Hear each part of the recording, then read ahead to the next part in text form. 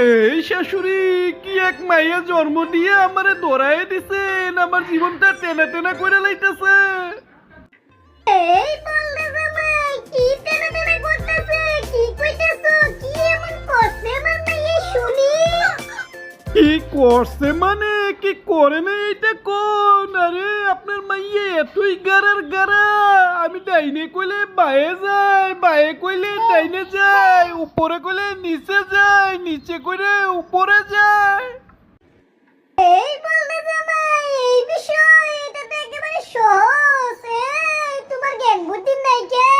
যখন তুমি দেখতেছো দাইরে কইলে আমার মেয়ে বাইরে যায়, তুমি এমন কাজ করবা, তোমার দেখবা আমার মেয়ের দাইনে নেওয়া দরকার, তুমি আমার মেয়ের কইবে বাইরে যাও বাইরে যাও, তখনই তো আমার মাইয়া দাইনে যাইবো।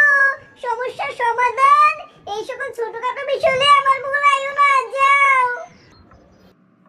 ওরে আমার বালপাকনা শাশুড়ি, এই কাম আমি অনেক আগেই করছি, করার পর আরো জুতার বাড়ি খাইছি। ওই দিন নদীর ধারে দাঁড়ায় রইছি, আমি দেখতেছি আপনার মাইয়াই পইরা যাইবো, টাইম সাইডে কাইট হইলই পইরা যাইবো। এই জন্য আমি বুদ্ধি কইরা চিন্তা করলাম যদি কই ডাইন সাইডে যাও তারপর তো ওই বাম সাইডে যাইবো। এই জন্য আমি ওরে কইতাছি এই এই তুমি ডাইন সাইডে যাও, ডাইন সাইডে যাও।